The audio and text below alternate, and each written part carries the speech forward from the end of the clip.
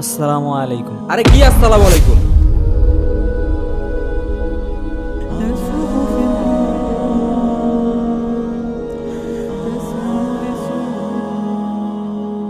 আপনাদের কি কোনো ন্যূনতম জ্ঞান নেই?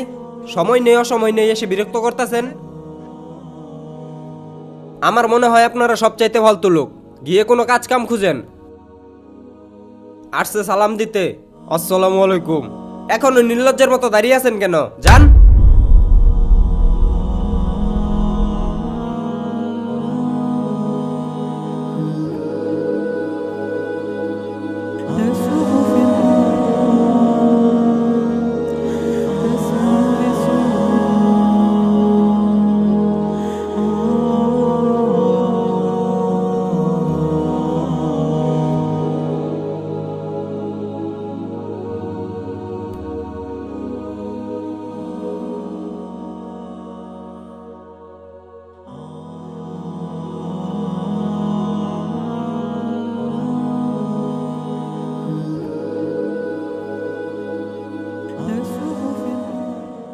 আমির শাহ হুজুর, আপনি ওনার কথার জবাব কেন দিলেন না?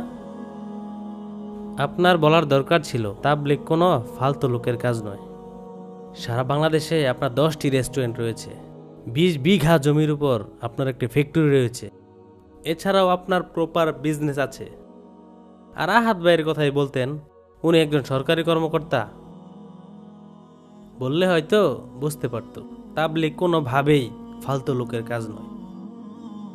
আমি যদি তার টাকা দিয়ে ইমপ্রেস করতে চাইতাম তাহলে তার ভিতরে আল্লাহ তাআলার দিন পৌঁছাইতো না, আর তার ভিতরে দিনের ভালোবাসা ঢুকতো না। আর আমি টাকা দিয়ে তারা কেন ইমপ্রেস করতে যাব, যেই টাকা দুনিয়াতে সীমাবদ্ধ।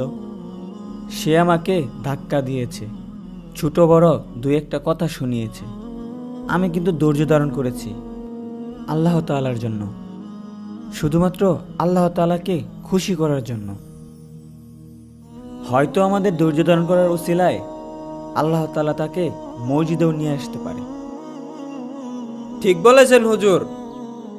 আপনাদের ধৈর্য আমাকে মসজিদে আসতে বাধ্য করেছে।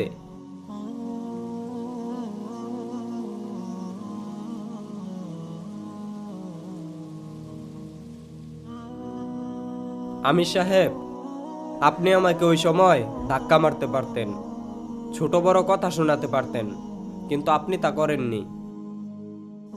আপনি ধৈর্য ধরেছেন। আপনি আসলে একজন মহান ব্যক্তি।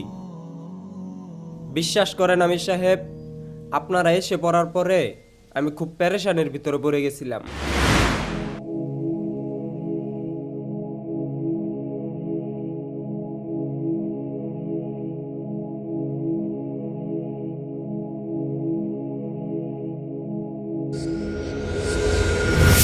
তারপর থেকে আপনাদের আমি খুঁজতে থাকি, আর খুঁজতে খুঁজতে কেন জানি মসজিদের দিকে চলে আসি। এরকম সুন্দর দিন আমি শিখতে চাই। আলহামদুলিল্লাহ, আলহামদুলিল্লাহ। সুবহানাল্লাহ, আলহামদুলিল্লাহ।